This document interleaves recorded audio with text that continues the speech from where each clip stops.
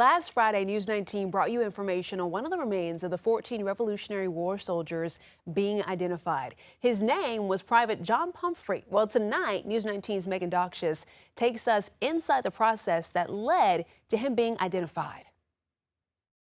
I was born in Pumphrey. I was put up for adoption when I was 6 weeks old and later found both sides of my family. And to find this out, it's just astounding to me. Julie Strickland lives in Lugoff, just a few miles away from where the Battle of Camden took place during the Revolutionary War. She recently found out that remains of one of her relatives were identified after being excavated from a shallow grave. His name was John Pumphrey. We believe that this is the oldest John Doe case in the whole country. James Legg, an archaeologist with the South Carolina Institute of Archaeology and Anthropology, has been working with the Camden battlefield since 1996, where he was first asked to lay out a conservation easement. When they first found the burial grounds of 14 Revolutionary War soldiers in shallow graves across the battlefield, one of the soldiers' bones was sticking out of the ground. The process to excavate the graves and identify the soldiers began. You try to clean the individual off completely, all at the same time, before you remove anything. And you get photographs and drawings of the burial as exposed, so you can see exactly how they were put in there, posture and alignment, related artifacts and so forth.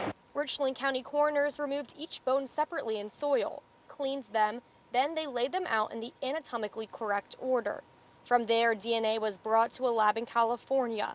Combined with forensics and a few years of archival research, they were able to identify Soldier 9B as Private John Pumphrey. Allison Peacock, president with FHD Forensics, says to pinpoint who Pumphrey was, they had help from 20,000 people participating in chromosome testing. And Y-DNA is what's passed down only from father to son along the paternal line. So because of that, most sons take their father's surname. It gives you hints about what the soldier's surname was. So we had to look at that. And then to be able to prove his maternal side and to know in the Pumphrey families which family he belonged to, we had to have X matches tracing back to his mother. He was from Anne Arundel County in Maryland and had enlisted in 1777 at just 13 to 15 years old. Stacy Ferguson is deputy director and battlefield manager with the historic Camden Foundation.